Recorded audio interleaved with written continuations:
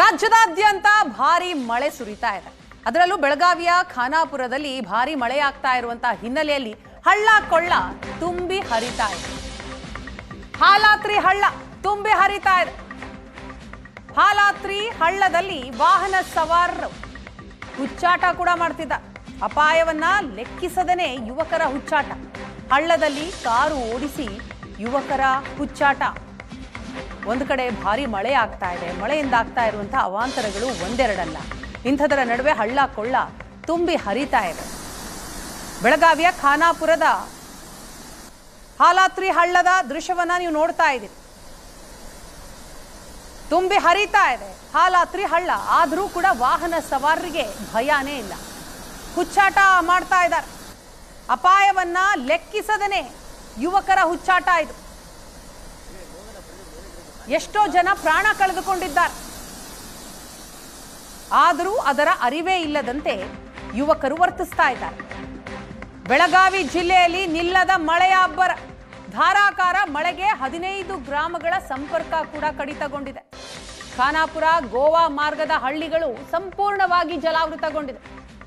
ಮಳೆಯಿಂದ ಮೈದುಂಬಿ ಹರಿತಾ ಇರುವ ಹಾಲಾತ್ರಿ ಹಳ್ಳ ತಾಲೂಕು ಕೇಂದ್ರದಿಂದ 15 ಗ್ರಾಮಗಳ ಸಂಪರ್ಕ ಈಗ ಕಡಿತಗೊಂಡಿದೆ. ಹೋಗೋದಿಕ್ಕೇನೆ ಆಗಲ್ಲ. ಒಂದು ಗ್ರಾಮದಿಂದ ಮತ್ತೊಂದು ಗ್ರಾಮಕ್ಕೆ ಸಂಪರ್ಕನೇ ಇಲ್ಲದಂತಾಗಿದೆ.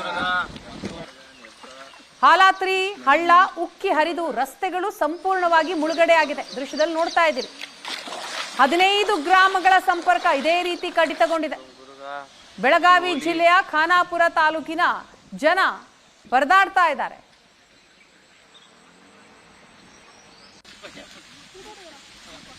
ಪಶ್ಚಿಮ ಘಟ್ಟಗಳ ಪ್ರದೇಶದಲ್ಲಿ ಕಳೆದೊಂದು ವಾರದಿಂದ ಸುರಿಯುತ್ತಿರುವ ಧಾರಾಕಾರ ಮಳೆಯ ಕಾರಣಕ್ಕೆ ಬೆಳಗಾವಿ ಜಿಲ್ಲೆಯ ಸಪ್ತ ನದಿಗಳು ಕೂಡ ಈಗ ಮೈದುಂಬಿ ಹರಿಯುತ್ತಿರುವಂತದ್ದು. ಸಪ್ತ ನದಿಗಳ ಜೊತೆಗೆ ಹಳ್ಳ ಕೊಳ್ಳಗಳು ಕೂಡ ಈಗ ಸಾಕಷ್ಟು ಪ್ರಮಾಣದಲ್ಲಿ ಹರಿಯುತ್ತಿರುವಂತದ್ದು. ನಾವೀಗ ಬೆಳಗಾವಿ ಜಿಲ್ಲೆಯ ಖಾನಾಪುರ ತಾಲೂಕಿನ ಹೊರವಲ್ಲಿರತಕ್ಕಂತಹ ಹಾಲಾತ್ರಿ ಹಳ್ಳದಲ್ಲಿರುವಂತದ್ದು. ಇದು ಖಾನಾಪುರ ಹಾಗೂ ಗೋವಾ ಸಂಪರ್ಕಿಸುವ ರಸ್ತೆ ಏನಿದೆ ಈಗ ಸಂಪೂರ್ಣವಾಗಿ ನೀರಿನಿಂದ ಮುಳುಗಡೆ ಆಗಿರುವಂತದ್ದು. ಹೀಗಾಗಿ ಸಹಜವಾಗಿ ಕಳೆದ 3 ದಿನಗಳಿಂದ ಈ ಭಾಗದಲ್ಲಿ ಅಪಾರ ಪ್ರಮಾಣದಲ್ಲಿ ಮಳೆ ಆಗ್ತಿದೆ. ಹೀಗಾಗಿ ಈ ಒಂದು ಹಾಲಾತ್ರಿ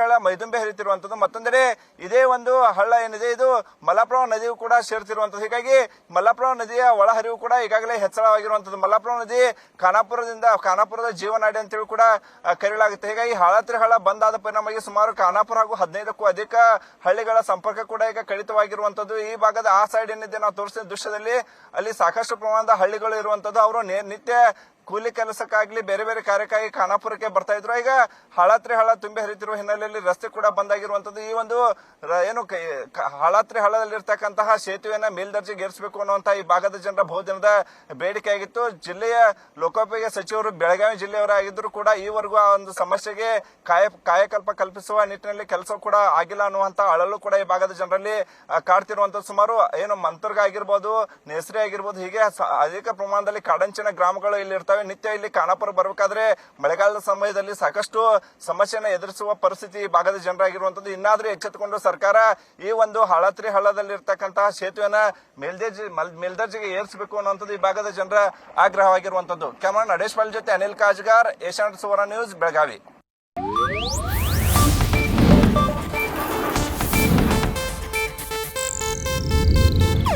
ಇದು ಏಷ್ಯಾನೆಟ್ ನ್ಯೂಸ್ ನೆಟ್ವರ್ಕ್ ಪ್ರಸ್ತುತಿ.